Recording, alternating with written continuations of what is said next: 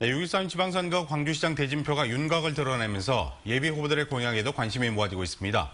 특히 지역 경제를 살릴 경제 공약에 대해 관심이 있는 분들 많이 계실 것 같습니다. 네, 오늘은 임상수 조선대 경제학과 교수님과 예비 후보들의 경제 공약 분석해 보겠습니다. 교수님 안녕하세요. 네, 안녕하세요. 네. 현재 3명의 후보가 윤곽에 올라와 있습니다. 후보들의 공통적인 경제 분야에 대해서 말씀을 해주시죠.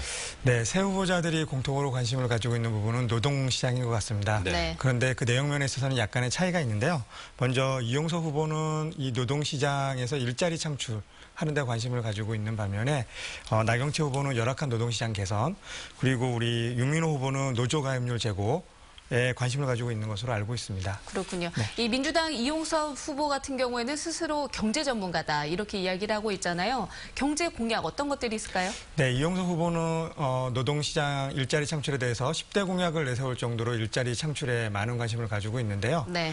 특히 이제 경제 자유구역 조성을 통해서 양질의 일자리를 창출한다던가 아니면은 일자리 예산과 관련해서 전체 예산의 20% 이상으로 확대하는 방안을 공약으로 내세우고 있습니다. 다만 이 양질의 일자리를 창출하기 위해서는 이 상관 그리고 학예 연계가 필요한데 이런 부분에 대한 전략이 미흡하다는 점이 다소 아쉽다라고 말씀드릴 수 있을 것 같습니다. 네. 그렇군요. 깊이 면에서는 좀 더 지켜볼 필요가 있다 이런 말씀이신 것 같습니다. 정의당 나경채 후보의 공약에 대해서도 말씀을 해주시죠. 네, 나경채 후보의 공약은 다른 후보들과 좀 차별성이 있다라고 말씀드릴 수 있는데요.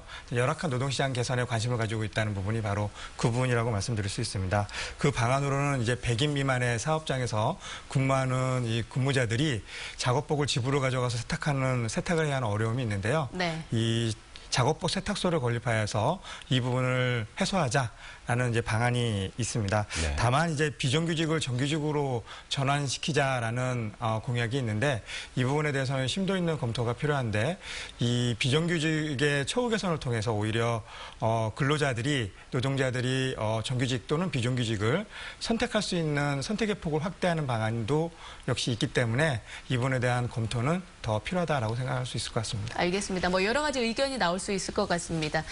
민중당 윤민호 후보가 내세운 경제 공약 어떤 것들이 있을까요?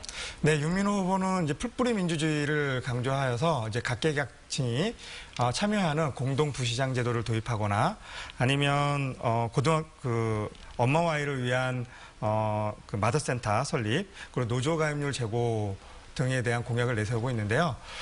역시 이제 아쉬운 점이라고 한다면 이제 농민수당을 신설한다던가 고등학교 무상교육 및 무상 급식을 한다는 이런 공약들을 내세우고 있는데 이런 보편적 복지의 경우에는 주민의 세부담이 증가하거나 또는 아직도 이제 사회적으로 약자들이 많이 있거든요. 네. 그래서 선택적 복지가 더 필요한 계층들이 많이 있기 때문에 이런 부분에 대해서는 좀 더 심도 있는